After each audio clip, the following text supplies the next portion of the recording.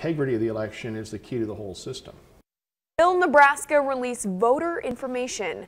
Good evening, everyone, and thank you for joining us. The request comes from the Trump administration, but it's getting a lot of backlash from nearly every state. Channel 8 Eyewitness News reporter Bailey Bischoff has more details in tonight's top story. Bailey? That's right. Trump created a commission to investigate voter fraud. Their first move to create a public database of private voter information. President Donald Trump says voter fraud is an issue he wants to address. People that have died 10 years ago are still voting. Illegal immigrants are voting.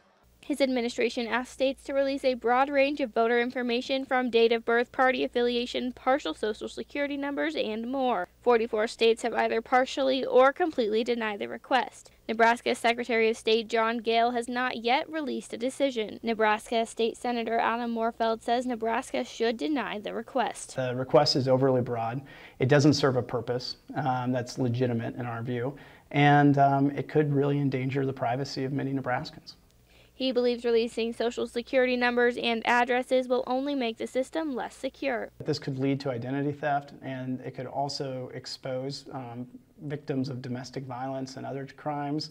And in addition, it could also make us more vulnerable to foreign powers attacking our election system. On the other hand, J.L. Spray with the Nebraska Republican Party says voter fraud is a crime the U.S. needs to stay on top of. I think Nebraska is a very fraud-free place in a lot of ways, not just voting.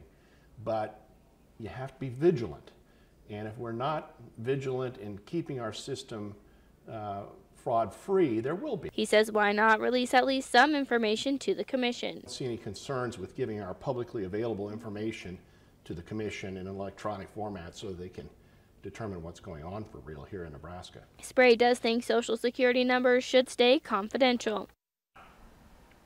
Nebraska Secretary of State John Gale's office says a press release with a decision will be released soon.